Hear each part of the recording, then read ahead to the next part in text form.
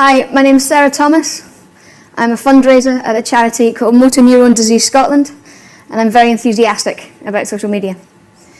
I'm also on the sounding board for a group called Be Good, Be Social, who run events for third sector organisations interested in using social media for social good. For the next half hour or so, I'm going to be talking about social media use for the third sector. This is going to be an introduction to the basics, so hopefully give you an idea of how you'll be able to use social media for the benefit of your organisation. I'm very much pitching this at an introductory level that assumes no technical knowledge, although I will assume that you can use a computer, use email and surf the net. You don't need to code. I'm going to split this into two sections. The first half is going to look at some of the tools that are currently out there and the sort of things that you can do with them, including some of the things that other organisations are doing and doing well. The second half is going to concentrate on some of the most common queries asked by third sector organisations who are taking their first steps into the world of social media. Before I start though, I do need to say one very important thing. Social media moves very quickly, so do be aware of the external environment. It's very likely that you keep up to date with what's happening in your sector. It's going to be worth your while keeping up with what's going on in the world of social media too. Although if you're watching this, if you're here, then the chances are that you've already started to do that. If you're not sure where to start, there are a good number of places already doing it for you. NFP Synergy, the research consultancy, and SCVO are good places to start for free information. You don't need to know everything, but a little knowledge is helpful. Okay, so moving on to the basic tools, the things that are out there that you can get. When organisations haven't used any social media before, when they first start, the first challenge is figuring out where they should be, what tools they should use. Do you do everything? Do you just start with one? Where do you go? I'm of the opinion that if you're new to social media yourself, not just your organisation, that you might want to start off with just one or two things. Work your way in slowly, figuring out as you go what's going to work for your organisation, how these tools are going to contribute to your organisational strategy, and how you're going to integrate them with the strategy and with each other. I honestly wouldn't worry about trying to do everything at once, although I would point out that when you start, it can get fairly addictive. The two most talked about tools at the moment are probably Twitter and Facebook, so we'll start with those. Twitter is a microblogging site. It's what we call a microblogging site. It allows you to post updates of up to 140 characters in length and have conversations with other people who are signed up for the service. People who subscribe to your feed are called followers, posting's called tweeting. If you ask a question and you want more people to see it than follow you, you might ask your followers to retweet the message. This means that they quote your message, your tweet, to all of their followers and you can reach more people. Twitter's really good for the immediate. You can search for keywords under particular hashtags, for example. That's where people who don't necessarily see your updates, if they're watching a television program, for example, like Newsnight, you can search for the Newsnight hashtag and find out what everybody else in the world that's using Twitter that's watching that is thinking about it. It's good for finding out what other people in the country are talking about. Twitter's very good at one end of the spectrum for engaging in one-to-one conversation and responding quickly to customer service inquiries, and at the other end for crowdsourcing solutions to problems, asking the hive mind. Good Twitter accounts talk to people. Bad Twitter accounts only ever broadcast. Twitter's going to work something on average like 40% retweeting other people's messages, pointing to other people's content that you find interesting. About 40% talking to people, engaging, and probably only about 20% of your own original content. Be careful about the amount that you tweet. Too much is as bad as too little. It's very easy to get carried away. The next one we're going to talk about is Facebook. As we speak, Facebook's going through some major changes, but the basics of what I'm going to talk about is going to remain the same. Facebook's basically the most famous social network. You've probably seen the film or you've probably heard of it. It has more than 750 million users worldwide, of whom over 30 million are in the UK. That's over half of the UK population. And the demographic is much more well spread than you think. It is definitely not just for kids. A personal profile is what you set up as an individual. A page is what you set up for a business, an organisation, a charity, or celebrity. You can also set up groups, which can be public or private. If you're an organisation, you definitely want to set up a Facebook page. This is what MND Scotland looks like at the moment. Please do not set up a Facebook profile to represent your organisation.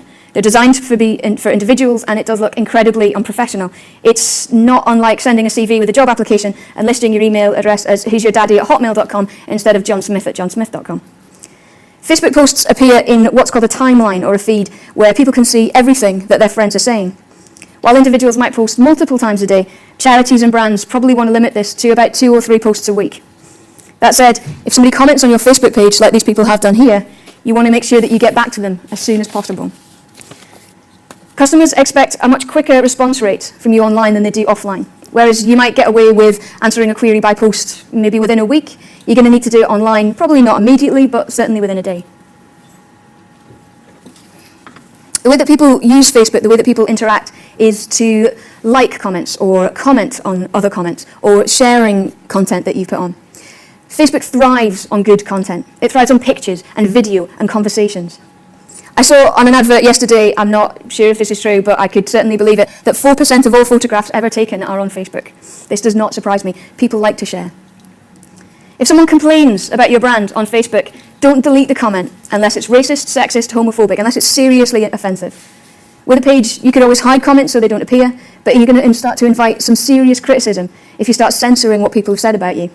Facebook offers you the chance to deal with these queries, with these complaints, or to point them to an offline solution. So maybe give them an email address or a phone number that they can call. Be as open as you can be. Provide contact details for complainants, as I was saying, but do try at all costs to avoid getting into a flame war, to avoid getting into an argument with people. No one's going to win out of that.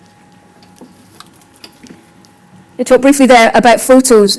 Photo sharing sites like Flickr can also be very useful. Flickr is pretty much the most famous one, I would say. You can have a free account, which displays up to about 200 photographs, or you can get a pro account, which does an awful lot more, and it's really fairly cheap.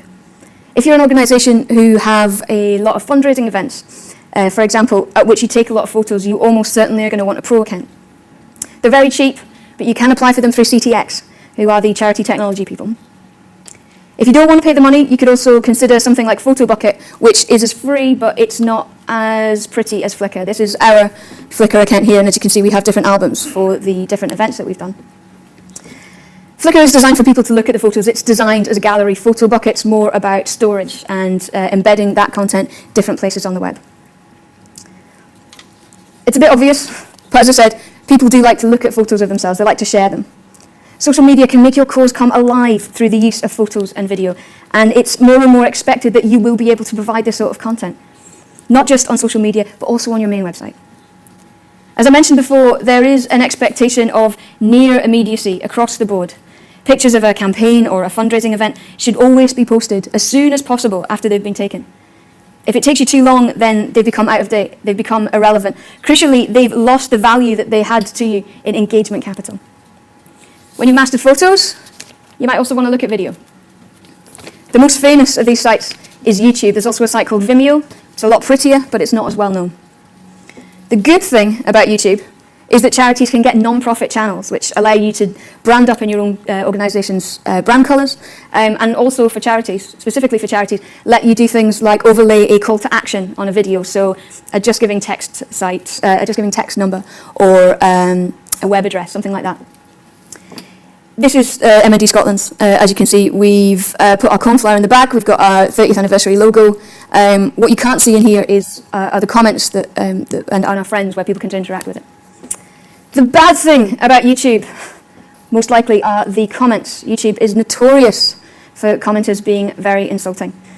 It's a good idea only to let friends, people that you have already connected with, comment without moderation. When people comment nasty things on purpose, it's called trolling, and you definitely want to avoid that. Video can be incredibly powerful. Small handheld video cameras can be bought extremely cheaply and often come with their own video editing software, which is very simple, very easy to use. You can also take film on a smartphone or on a camera. Very simply, very easily edit that together on a free or low-cost video editor. There are some that you can get through YouTube. It's a couple of pounds a month, certainly worth it. Moving on. You may also, depending on your organisation, want to look at a service called LinkedIn. LinkedIn is a professional networking site which places emphasis on your CV and your professional life. It is not a place for dodgy photos of you drunk at the weekend. It's a place to find professionals within the same sector. It's also a place to job hunt. You might want to headhunt people through LinkedIn. In terms of supporter engagement, if one of your events or your services is aimed at people within a specific sector, LinkedIn might be the place to find them. You might be able to start a discussion or participate in one of the groups. And it's worth noting that LinkedIn is a place for professionals and individuals, not necessarily for an organisational presence. Blogging. There are a number of blogging solutions. This is just 3 of them. Blogs allow you space to tell the story of your organisation.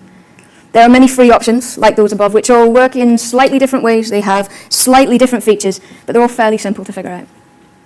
If you can integrate them into your main website, it looks a lot more professional than directing someone out the way. Blogs can be used by different organizations in different ways, maybe to raise awareness of your cause or to reach out to others, to comment on news stories which affect your supporters, to offer more transparency into the workings of your organization, or to say thank you to supporters. There are many, many different types of blog. By commenting on other people's stories, particularly or especially those which are connected to your cause, you can increase traffic then to your own site. The other thing is that your supporters might have their own blogs. For example, if you've got a fundraising event in which people are taking part, get them to write about you, get them to write about the event. The other things might be guest blogs or blogger outreach. If you have service users, why not ask them to tell your story for you? Or why not invite a group of well-known bloggers to write about a particular campaign? This has been done recently with WaterAid's Coast Along and Save the Children with particular effect. And talk very, very briefly about email newsletters. MailChimp's one of the most commonly used ones.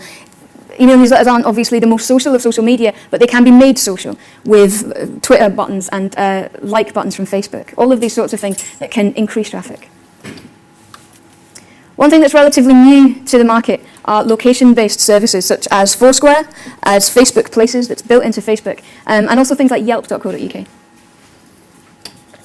Location-based services work roughly, very, very simply, on the basis of telling your online friends where you are and when. It's that simple. You check into a place and usually collect some sort of virtual badge as a form of reward for checking into different places or with different frequency. Some people have raised security concerns about this, perhaps sensibly. Most commonly about personal safety or getting your house burgled. If somebody knows that you're not at home, that could leave you open to that sort of thing. But what I would say is that privacy settings are there for a reason and people know to use them. Location-based services can be used for businesses and for third sector organisations. Most obviously for third sector organisations, you might want to think about your charity shops if you have a charity shop. You might want to get people to check in, to post a review, to tell their friends that you have good stock or that you have particularly friendly staff. Remember that bad reviews also come along with good ones. If you're listed on these types of services, and the chances are that you will be anyway, even if you haven't done it yourself, other people are you're going to want to keep an eye on them. And the chances are that you might find some good feedback as well. Some charities that have worked along the idea of offering some sort of deal for check-in. Bars or restaurants might offer a discount, for example. Third sector organisations haven't really explored this to a full extent, although Shelter have been running an interesting campaign with Foursquare about checking into their charity shops. Location-based services work really particularly well with mobile internet, with smartphones, with iPhones, with Android. This is a growing market and it is only going to get bigger. One of the newest social networks, in fact the newest social network, is Google+. It's basically Facebook, but it's not Facebook. No one really knows what's happening yet. They just opened, as I speak, they actually just opened it to public sign-up rather than friend request sign-up. It's the sort of thing that you might want to get on and reserve the name of your organisation just to see what's happening, to stop somebody squatting on that name. However, pages for organisations specifically should be open up by the end of 2011. Google+ don't seem to be too keen on you setting up an organisational page until that happens. It is seen, as I said, as a potential successor to Facebook or a potential rival to Facebook. Mass adoption hasn't happened yet, but who knows? Examples of what other people are doing well. The first of these is the Child's Eye Foundation, who do some fantastic stuff with social media. Child's Eye won the Most Creative Charity Award at the Just Giving Awards just recently. They raised £10,000 in 36 hours with the Save Joey's Life campaign. They managed to react very quickly to a small boy who needed life-saving surgery, put the call out on Twitter, and I said in 36 hours raised £10,000. It's an amazing, amazing story. They are totally integrated with social media. Everything that they do is on social media. They have, as you can see here, they use blogging, they use Twitter, they use Flickr, they use videos. Everything about them is integrated. It's a fantastic, fantastic charity. WheresKids are a good example of people who use Facebook particularly well. WheresKids provide wheelchairs for disabled children.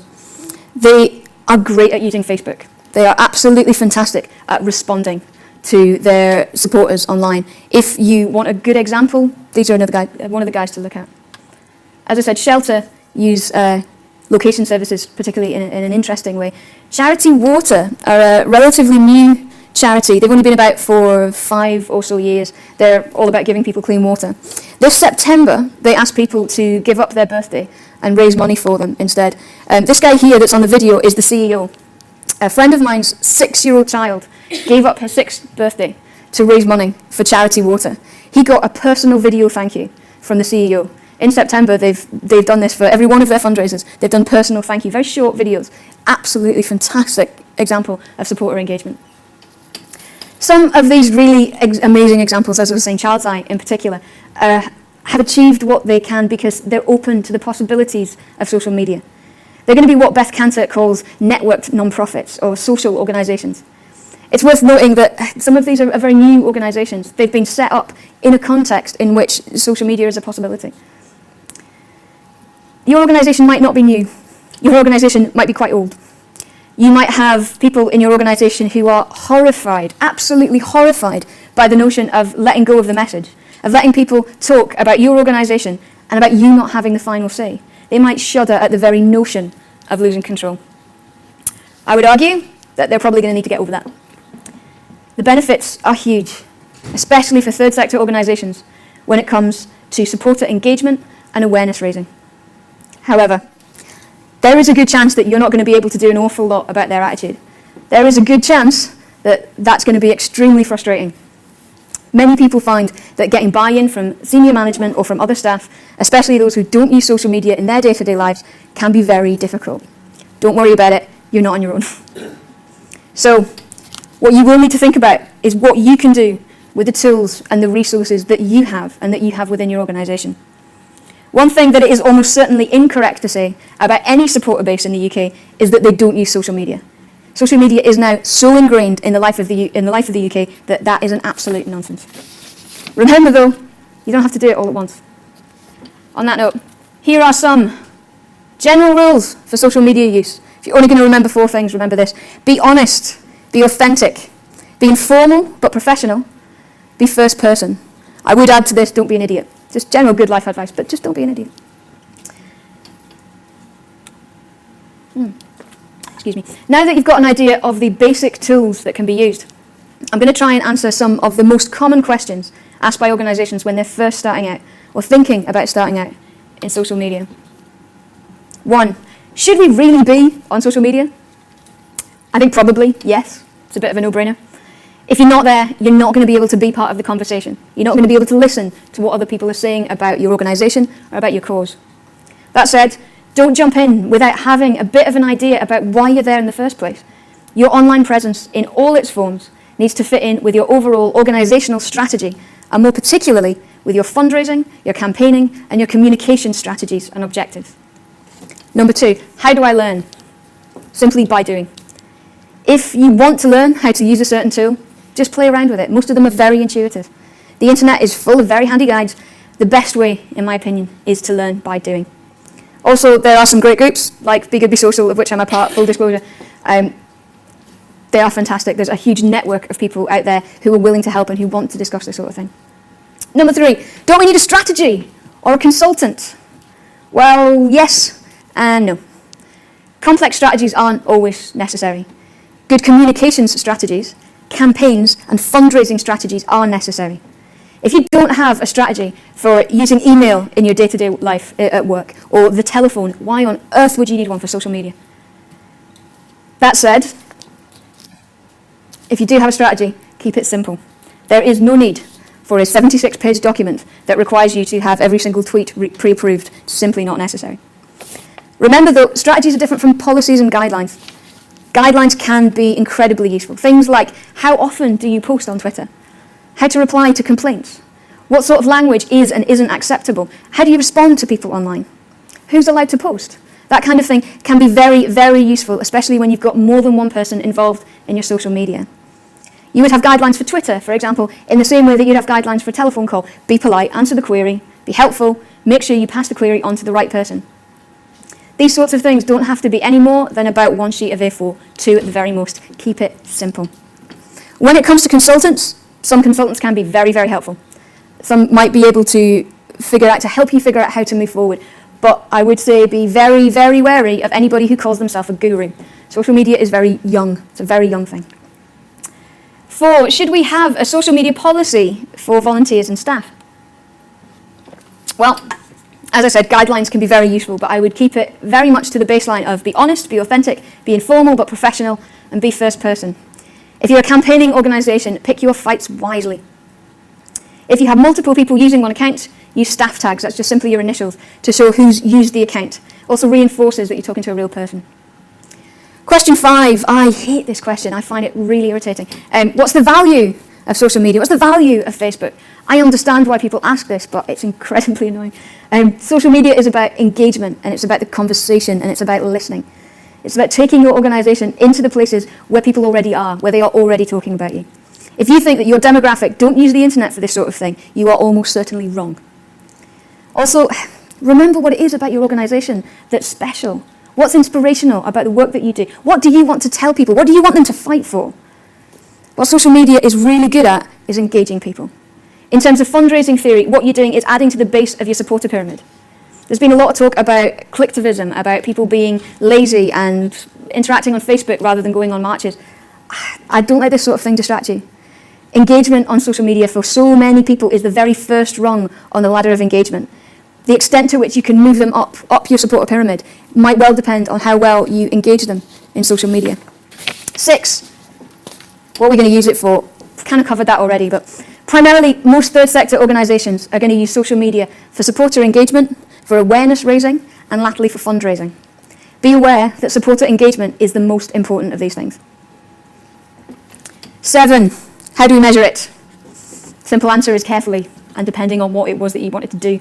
Numbers are one thing, engagement's another. Engagement is more difficult sometimes to measure. It doesn't matter if 1,000 people are following you on Twitter, or 10,000 people are following you on Twitter, if you've never talked to any of them. Measurement varies according to outcome. What is it that you're measuring? What was it that you wanted to achieve? If you're organising a fundraising event, you might want to look at how many people signed up for your event through Facebook. If you're running a campaign to get people to sign a petition, you might want to see how many people clicked on a Twitter link to go and sign your petition. 8, what are we going to say? Well, what comes naturally? Be honest, be authentic, be open. To finish then, just a couple of golden rules. It's about the conversation. It's about engagement. These 3 things that I keep saying: be honest, be open, be authentic. And a little word of warning, make sure that your guidelines include crisis management. Don't shut down if something goes wrong. Engage with it. Things to avoid: yes, social media is mostly free, but don't think that you don't need to invest in it, whether that be time or headspace or whatever. Social media is not a magic bullet. Fundraising through Twitter is not going to replace statutory funding that you just lost. And possibly the most important thing, don't be broadcast only. You need to engage with people, or else it is a massive, massive waste of time. Okay, thank you very much.